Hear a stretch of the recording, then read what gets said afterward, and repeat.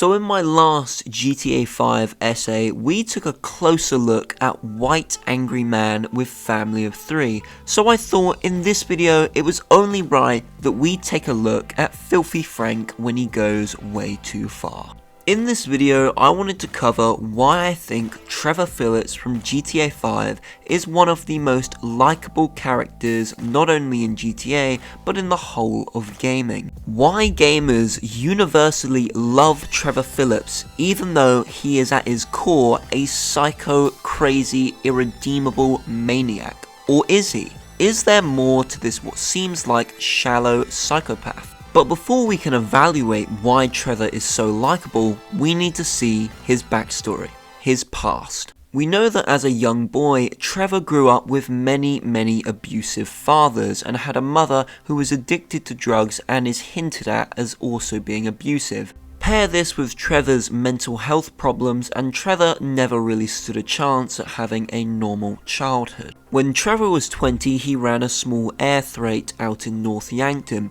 He even says this in the game, and this is where he would meet Michael, who would become his best friend. They basically ended up killing someone in this job they were involved in together and had to take the body in a plane and dump it in a lake. Trevor says the plane never smelt the same. It was horrible.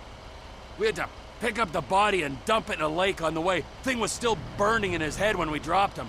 Plane never smelt the same. Both of us threw up when we landed. It was quite a baptism. Fast forward a few years and Trevor would become a vital asset to Michael's heist crew, involving Michael, Trevor, and a behind-the-scenes criminal mastermind who planned the heists named Lester Crest would hit off some of the biggest bank heists America had ever seen. Fast forward to 2004 and Trevor is 37 years old. He's doing a heist with the help of Brad and Michael, but not with the help of Lester, as Lester thought this heist was too hot and found it suspicious. This is where it would all go wrong for Trevor. Brad and Michael would be shot, leaving Trevor to believe they had both been killed. Trevor would now go on a 9-year nationwide manhunt where he would run through 15 states, leaving a trail of crimes behind him until he found the city of Los Santos. Trevor would set up shop in the outback of this city, a place called Blaine County, where he would live in a trailer park. It's here he would find out that Michael Townley, his closest friend, was killed and Brad was locked up in federal prison, sending him letters letting him know how he's getting on. From the moment we lock our eyes on Trevor, we like him. But why is this? Why do we like Trevor from his very introduction in Blaine County? Let me explain. Because my first main point to why Trevor is so likable is because Trevor is introduced in such a clever way and such a hilarious way. You see, we're first introduced to Trevor when we see him having sex with a very notorious Johnny Klebert's girlfriend, someone we saw from GTA 4, the Lost and Damned DLC / Lost MC leader, someone who I personally didn't like in that DLC, and a lot of people didn't like in that DLC's girlfriend being fucked by Trevor Phillips. Mind you, Trevor Phillips is also watching the news with his pants down, obviously, when he notices a detail that he can link to his dead friend Michael Townley still being alive. Holy shit. But it gets better. Within the span of about a minute, he stops doing what he's doing, walks outside to see a angry Johnny, and proceeds to literally fucking curb stomp him to death. I think this very relatable meme sums up what we were all feeling when we saw this. What the fuck just happened? You see, and I think there's a very important thing about Trevor, and that's what Rockstar wanted him to be. It's very clear that with GTA 5, Rockstar were trying to go as controversial as possible, because everyone knows controversy makes sales. Therefore, they wanted a more crazy, loose cannon, mad character like Trevor, but story-wise, it wouldn't work if he was just some nutjob, so they had to make him funny. Is Trevor still insane? Yes. Is Trevor still fucked up? Yes. Are the things he does still completely fucked? Yes, but somehow, when Trevor commits murder, when Trevor beats someone up, when Trevor does something bad, we can laugh at it and we can still like Trevor because how he's doing these bad actions is funny. Anyway, after Trevor stomps the leader of the Lost MCU to death, he goes over to some of their buddies and starts bragging about how a bit of his brain is on Trevor's boot. You can't make this shit up. But yet, it's funny, and it's funny because of how Stephen Ogg makes Trevor. It's funny because of how Stephen Ogg presents Trevor, and it's funny how Rockstar write him. He doesn't just walk over to these people, show him that there's a bit of brain on his boot and say you're gonna die. He does it in a funny way, making him instantly likable because of that comedic effect. He then goes on a various of killing sprees, murdering the Lost MCU, the Aztecas, and many other gangs just because he feels like it. And he does this in one mission. Oh yeah, and he does this in the introduction to his character. And I think this is the perfect introduction to any character. Not only are we shown what Trevor is supposed to be, a crazy, off-the-rails, unhinged psychopath, but who can do some serious damage when he puts his mind to it, but Rockstar also show us that this character is hilarious, this character is comedic, and this character is someone we want to play as to see what the hell he's going to come out with next. Trevor is instantly likable because of how funny he is. Trevor eventually tracks down Michael and then starts doing jobs with Michael and his new friend that Michael introduces him to, Franklin. The three of them work together and we're shown even more how Trevor is hilarious even when he meets Michael. I'm sorry. Where are my manners, right? Amanda, it is good to see you. Oh, I missed you. You used to be fatter. Nice new tits, by the way. But we also start to see Trevor's human side. You see, it's at the midpoint of the story where we start to like Trevor for a different reason. You see, all throughout GTA 5's story, there are hints telling the player that Trevor isn't just some crazy guy who kills people for fun, but has actually been turned crazy through abuse and trauma left in his past life. Now please, allow me to explain. You see, all throughout Trevor's young life, he was most likely abused by both his mum and his multiple father figures whilst growing up. But at one point in Trevor's life, he did want something more. He did want to do something more than just selling drugs and smuggling drugs in some aircraft in the middle of some back fucking city. He wanted to be a fighter pilot. On the way to finding Michael, he is travelling a long distance in a car with one of his friends called Wade. He tells Wade the story of a young boy. This young boy is Trevor. All this young boy wanted to do was join the fighter pilots, join the planes, join the jets in the sky, and bomb villages and be a fighter pilot. But he was turned down due to his mental health problems. This not only confirms that Trevor's mental illness is actually real and has been with him since a very young age, but it also confirms that Trevor had bigger dreams than just to be some kingpin of the drug world. He wanted to do something with his life, and sure, he says he wanted to drop the nuke, he says he wanted to bomb villages, but this was only because of his mental state. Perhaps if he had grown up differently, perhaps if his mother and father were different, he would have been on a stable mental state to do something better with his life. And this gives us, the player, sympathy for Trevor, which makes him a deeper and more likable character for a more deeper meaning. Trevor is vulnerable. And there are even more hints and bits in the game that show how vulnerable Trevor really is. For example, Trevor puts together his whole entire score, his whole heist. He probably really wants to show Michael that he can think for himself, that he can pull a score for himself, and he wants to do it without Lester, and he probably wants to impress Franklin.